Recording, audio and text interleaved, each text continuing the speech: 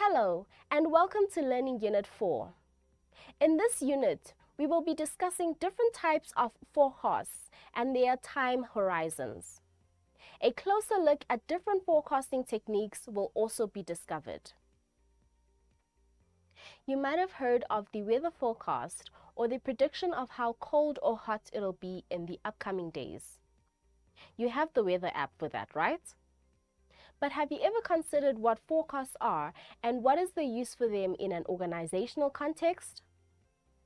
Much like what the weather app tells you, forecasts are used by organizations to predict future events. They are means to preface planning. For example, demand or sales sometime in the future. Will the demand of Adidas Sambas increase or decrease in the coming months?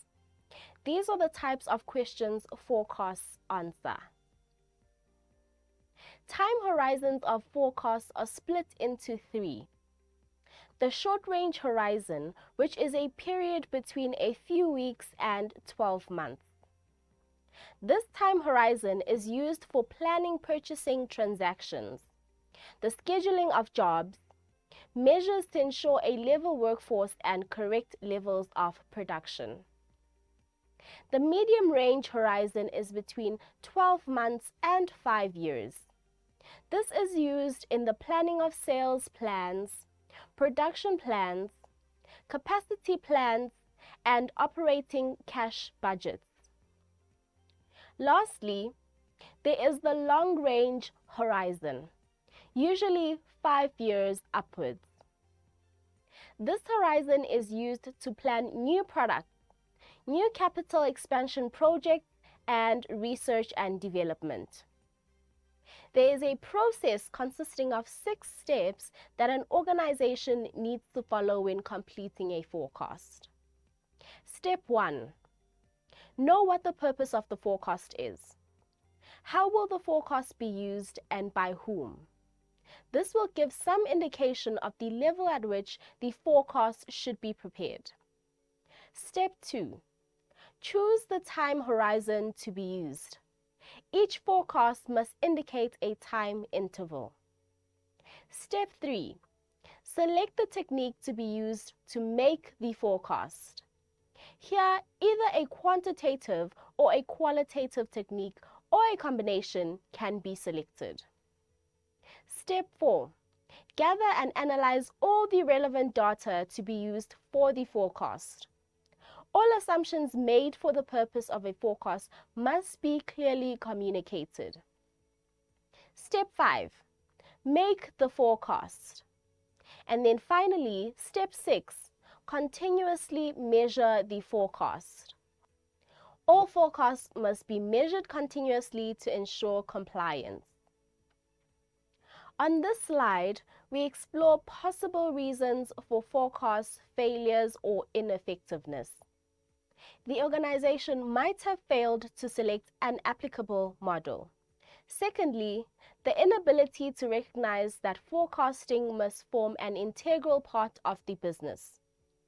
The people responsible might neglect to monitor the accuracy of the forecast. Another reason is failing to involve all the relevant people. These are some of the reasons that could lead to an incorrect or ineffective forecast, which would be a complete waste of time for an organization. We are now going to look at the 2 forecasting approaches or techniques an organization can utilize, as well as the methods under these 2 techniques. Firstly, we have the qualitative approach. This approach is used when the situation is vague and little data exists. It involves a lot of intuition and experience from the people conducting the forecasts.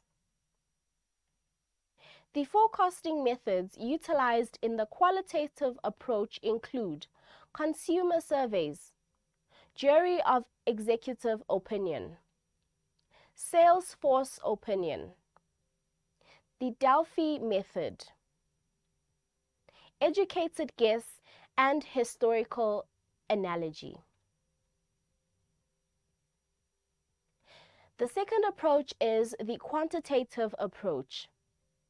This approach is used when a situation is stable and historical data exists. It involves mathematical techniques. The methods used in this technique include time series, the moving average or simple moving average, the weighted moving average, exponential smoothing, causal, linear regression, and multiple regression. As per usual, the final slide has an activity that you should attempt, and it will assist in gauging whether you understood the content or not. We have come to the end of Learning Unit 4. In this learning unit, we discussed the uses of forecasts, the different time horizons, as well as the different forecasting techniques an organization can utilize. I trust that you have gained some valuable information and hope to see you in the next session. Have a lovely day.